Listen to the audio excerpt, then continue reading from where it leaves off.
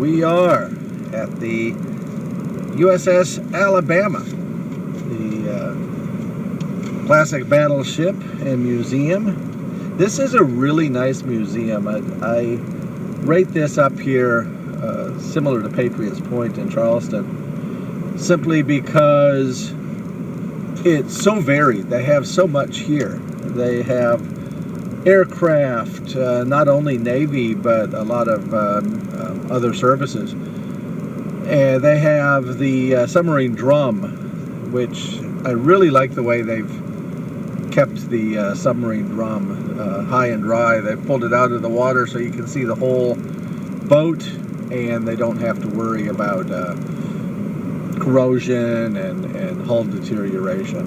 So yay on them for doing that.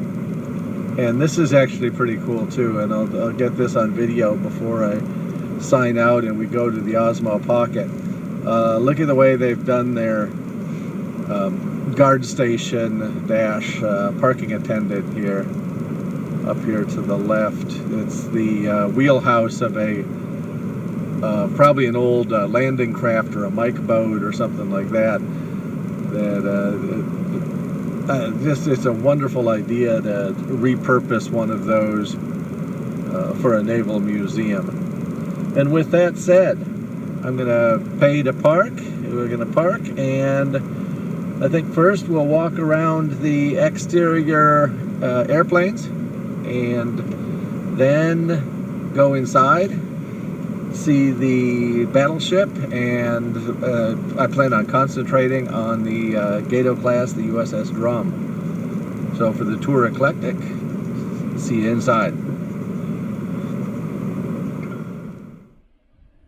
The tour eclectic, USS Alabama, Battleship Park. Great museum. They have so much here, and we're going to swing around and take a look at some of the exterior aircraft, and it's going to be a long walk. I'll cut the video off between segments because it'll be a long, boring walk between the different aircraft. So here we go. We're going to start out with the Redstone ICBM. There it is. This thing is actually immense. It is a big missile. This is probably one of its rocket motors here. Redstone ICBM. And if I remember correctly, I think this was either never repaired or it was damaged during Hurricane Katrina. Judging by the damage on it, I'm going to say it was a Hurricane Katrina that they just could not justify fixing up. Look at that beautiful Panther over there and how banged up it is. When Hurricane Katrina hit, they put all the aircraft inside the hangar, and the hangar filled up with water and basically turned it into a giant washing machine, tearing up a lot of these aircraft. And you see the horizontal stabilizers on the back are just bent and mangled. I think that was Katrina damage, unfortunately. So we have the back end of the Redstone, our flying banana. We looked at one of these at the Army Aviation Museum. This one, on the other hand, is the same type of aircraft, but this is Coast Guard colors. H-21, if I remember correctly. Correct me if I'm wrong, but I think we'll check the sign, and it is a CH-21D. So CH-21D. For all us modelers in there, we'll zoom in and look at the interior a little bit and rotate over to this beautiful Chickasaw. Again, we looked at this in the Helicopter Museum in Fort Rucker. This one is beautifully redone in Coast Guard colors. It looks like they've just repainted it. Over here we have a couple boats. I can't tell you a whole lot about which ones they are. I'm sure my coastie friends will jump right in and help me out on this. 26-foot motor surf boat and a 41-foot utility boat. They're calling this a Sikorsky Sea Guard, an HH-52A. Notice it has one engine on it up there, where I think the Sea King had two engines. So it looks like a Coast Guard version of a Sea King helicopter. Still a very, very pretty, when I think helicopter, this is still the bird that I think of. Up there we have a UH-1 up on the pedestal. We've seen plenty of helicopters over the last couple days. And we saw one of these over in Eglin Air Force Base. But this one is actually a very nice color scheme. It's got the old Vietnam colors on it. Flat black on the base, a flat black vertical stabilizer. It still has the old style Stinger on the tail with the radar controlled quad 50 caliber machine guns. And just a pretty bird.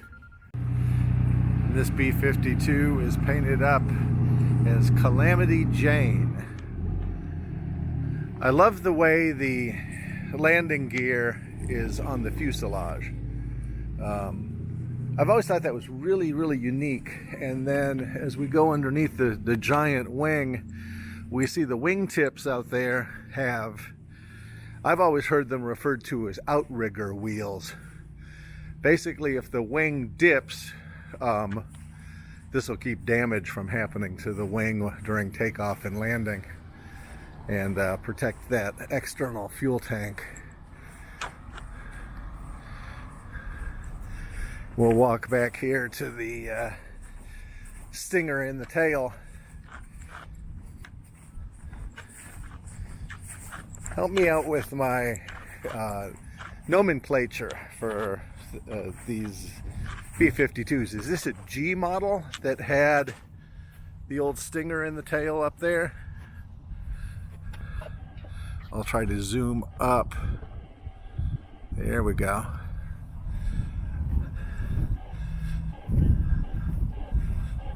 Zoom up again.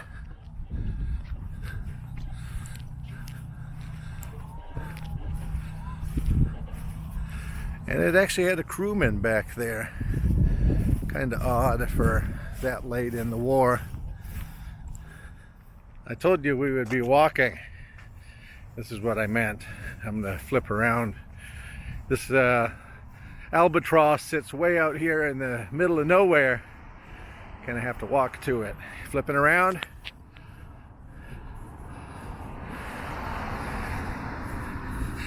And I like this plane enough that I'm going to make the walk out here just to walk around it with a camera. And kind of neat. Look up here on the vertical stabilizer. This was stationed here in Mobile, Alabama as a Coast Guard aircraft. Very, very cool. An amphibian because it could land on water, as you can tell, and it didn't need separate beaching gear to come ashore. It could actually come on shore on its own. So we had retractable landing gear. The UH-16E Albatross, coming down on loan from the National Naval Aviation Museum in Pensacola. Since they're closed to the public, they might as well loan all their aircraft.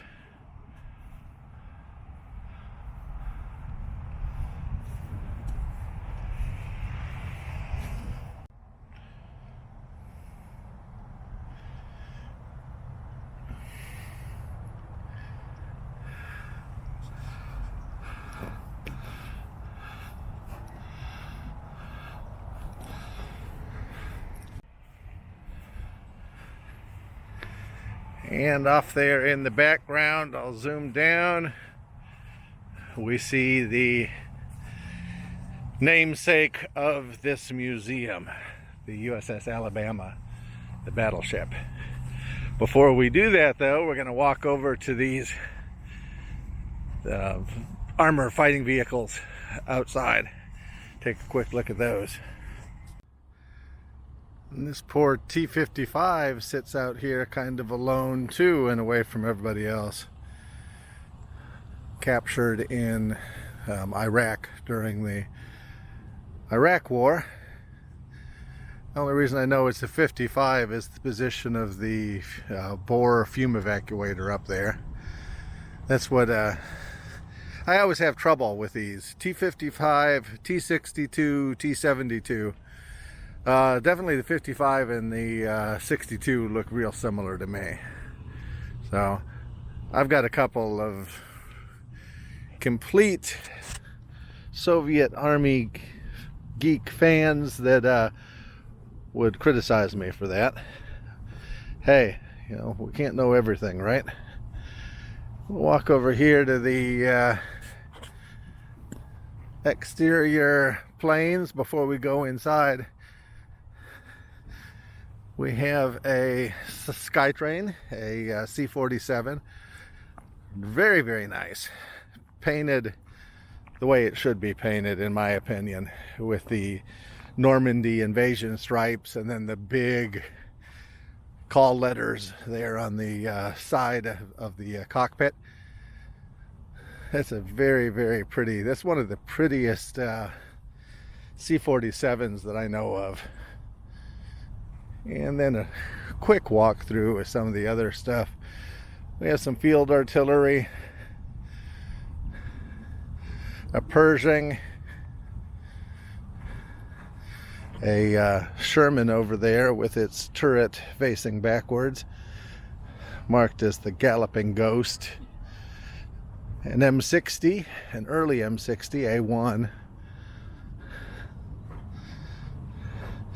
a beautiful Duster over there.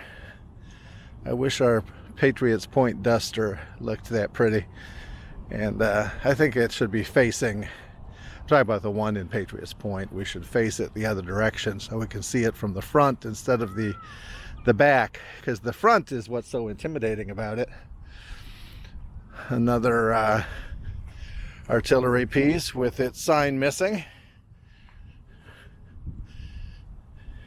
A lot of these signs are missing out here. I don't know if they were vandalized or what. That's an odd looking track. Anybody? It's not a 113. It's not a 114. Oh, we got a sign on this one. Oh, it is a 113. That is the strangest 113 I have ever seen. Anybody else? Look at the contours of the roof. That is not a 113. That is something completely different. Side hatches with a engine vents. No, not a 113. Not a 114. Too high for a 114. Any suggestions? Anybody know what that is? And over here, my favorite of the APCs, simply because I had a friend who was a Marine in early Vietnam, and this is what he rode into combat on. So big and ungainly, they called them the battlefield bus. But amphibious, Amtrak. If you look at the pictures, they were so afraid of mines in these things that most of the troops rode on the roof. They would rather brave the small arms fire than the chance getting blown up on the inside by a mine detonation. Definitely one of my favorites. And with that, we're going to walk back to the main museum. And I thought there was something strange about the tracks on this Sherman when I went by. Number one, it's missing its center horizontal volute suspension in there. You can see it's been cut off. The rubber road wheels are missing, which is probably one of the reasons it's giving that track such an unnatural sag. And then the rubber track pads are missing on this side. You see they're on that side, missing on this side, which gives this such an unnatural appearance to it. And it's odd because the center suspension is missing on this side also, along with missing rubber road wheels. Very, very odd. Had to have been a reason for that.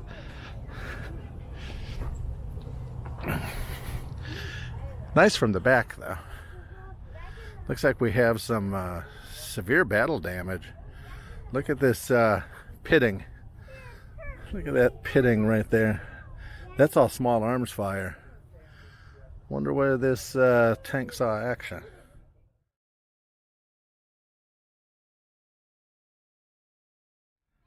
Okay, we're looking at the invasion stripes on the C-47 Skytrain, and I'm kind of disappointed. They didn't tape over them before they re-spray painted this thing. Look at here. And since they painted the invasion stripes last, those would be the things with overspray. They would not be oversprayed with olive. If anything, they would be oversprayed with white. I think most of them actually were painted with a brush, so even then there wouldn't be overspray. Come on, people, let's get our act together on these things. So that's what the woman at the ticket office was saying. She's saying enter through the aircraft pavilion. They've got it rigged out so you're exiting through the gift shop. Smart.